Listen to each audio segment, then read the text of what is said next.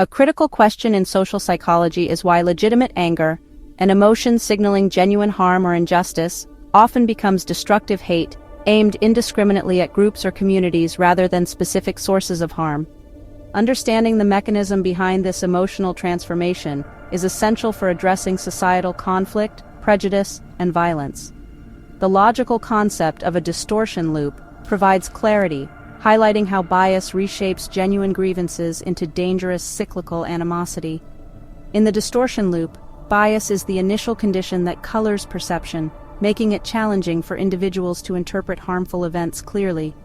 When someone holding biased beliefs experiences legitimate anger, perhaps due to economic hardship, social exclusion, or personal harm, the bias influences interpretation of these negative experiences. Rather than targeting the systemic or actual source of injustice, the anger is directed toward specific groups or identities associated through biased narratives with the source of harm.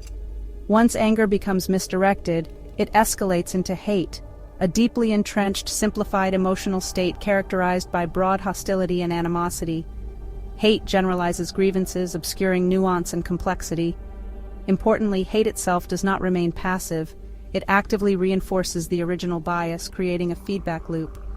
As hatred intensifies, it amplifies selective perception, confirming prejudiced narratives and justifying further biased beliefs.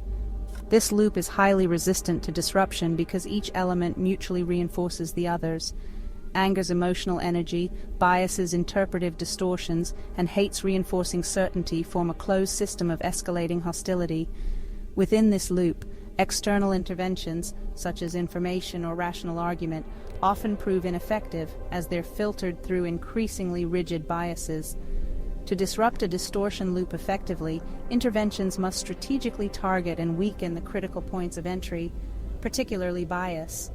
Educational approaches that encourage critical thinking, exposure to diverse perspectives, and empathic engagement with targeted communities can weaken the biased foundations. Similarly, creating platforms for authentic expression of legitimate anger, helping people correctly identify and direct grievances, can prevent anger from becoming indiscriminately hateful. Practical efforts should focus on early-stage bias interventions, promoting narratives of shared humanity, and clearly distinguishing legitimate grievances from biased interpretations. By fostering environments where anger can lead to positive rather than destructive channels, we can dismantle distortion loops before they solidify into entrenched cycles of hate.